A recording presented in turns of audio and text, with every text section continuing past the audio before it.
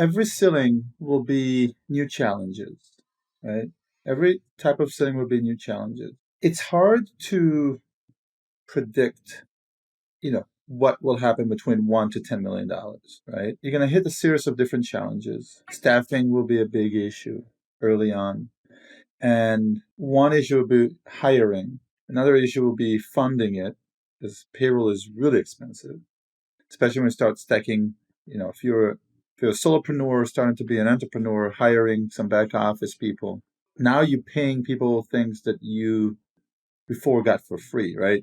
You stayed later, you did accounting, now you got to pay someone 40, 50, 60, 70, $80,000 a year. Yeah, you name it. Depends to what extent the person is entry level or not. Receptionist, you took the calls, now you're paying somebody, with employer costs, $40, $50,000 a year.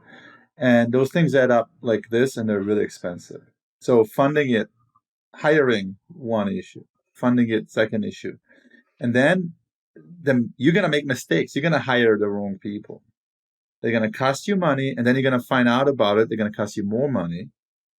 And then they're going to argue with you. They're going to fight with you. Maybe, maybe not, but they still cost you money. Now you got to hire. So they created a whole bunch of issues for you. So that's early on, that set of issues.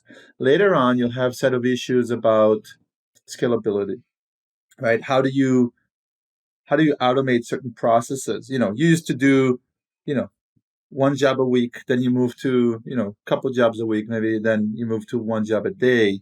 When I left, and again, it's a $14.5 million business. When I left, we used to be in sometimes 14 different locations in one day. So just from logistics standpoint, to comprehend, how do you manage 14 different locations? Before, it was a back pocket, right? You got your phone and you manage everything from your iPhone. You're in 14 different locations. You have 120 field guys on your payroll every single day, tracking time to a job that affect job costing. 14 Menards cards and 14 American Expresses out there purchasing, thousands of dollars a day. How do you track that? So scale between this to that, and we're only talking about a $15 million business, $20 million business. As you grow up to a $100 million business, those issues, become, larger and larger and larger. So just understanding. So where we come and the values that we bring in is wherever the timestamp that we join, trying to understand the status quo. Where are things at today? Not necessarily where it should be, not where have you been a year ago. What's the stoic mind of today? Where are you at right now? What's working? What's not working? The way that we work, we're able to identify a lot more than just marketing, because we can look throughout the entire business. And we can help you put a plan, and it's driven from a pro forma typically. And a pro forma will have the drivers built in, and we break down to strategies, 3-5 year strategies, and then 12 months technical plans. Some things we can help, some things we can't, but we can help you identify what are those elements, and we can help from a consulting standpoint, but not from our services standpoint, right? But really build a plan, understanding where you're at, the current challenge. Make sure you know what the real challenge is. I'll give you an example. We still have a client, and it's a small builder, and starting up, pretty cool brand, good traction right at the get-go. And when it came to scale his marketing to support the growth, he's like, hey, I can't scale. I'm not making any money. And my first reaction is, being a blunt Israeli, is you're getting the leads, you're getting the work. If you cannot afford us, is because you have a problem somewhere else. Let us help. Get us in.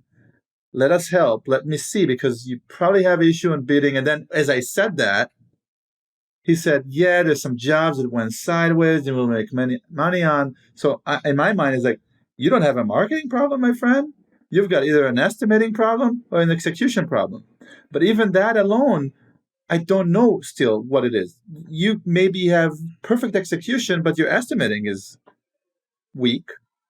Or you may have great estimating and your execution is weak, right? And it could be that both are weak. Definitely not both are strong, right? But but diving in, it's in my head is very simple. Business is a set of gears, and they all work together. In fact, I got a set of gears on my fridge that my 3-year-old is playing with, and now my 6-month-old is playing with. And you see one turning so many other ones, right? And the business is like that. You're constantly adding new gears, and as you expand, they have to work in harmony, right? They can't they can't turn against themselves. They have to turn together, right? And in the same speed. Some are bigger, some are smaller. Speed may be deceiving, but essentially they're turning in the same speed, right? Depends where you measure, in the center or on the outside. I'm not going to go into mathematics right now. But no, we'll lose everybody if we do that one. Yeah, is really understanding which one of those gears is not functioning, which one is working against you, which ones are working great, and then have a plan that is looking forward enough through multiple ceilings that your plan is to smoothly go through them. And yes, the business will do this. It's very natural. There's nothing, everything that goes like that will go drop, right? So, it's controlled growth. You have nice run and you have a little breather. Okay, let's take a deep breath. It was a quick run. We had some issues. This is fixing, and now we're ready for another run. Even the stock market behaved like this, right? It takes a run and it takes a step back. Gets you reorganized, layoffs, recession, mini recession, whatever you want to call it, bubble, and then ready for another run. Same as you grow. You're going to have a run. It's going to be successful. You're going to get to the limit of your systems, and it's going to start hurting you. You're going to have a drop, and then that drop is reorganizing, identifying it, seeing it early enough, and then rebuilding for another run. Those are essentially the ceiling.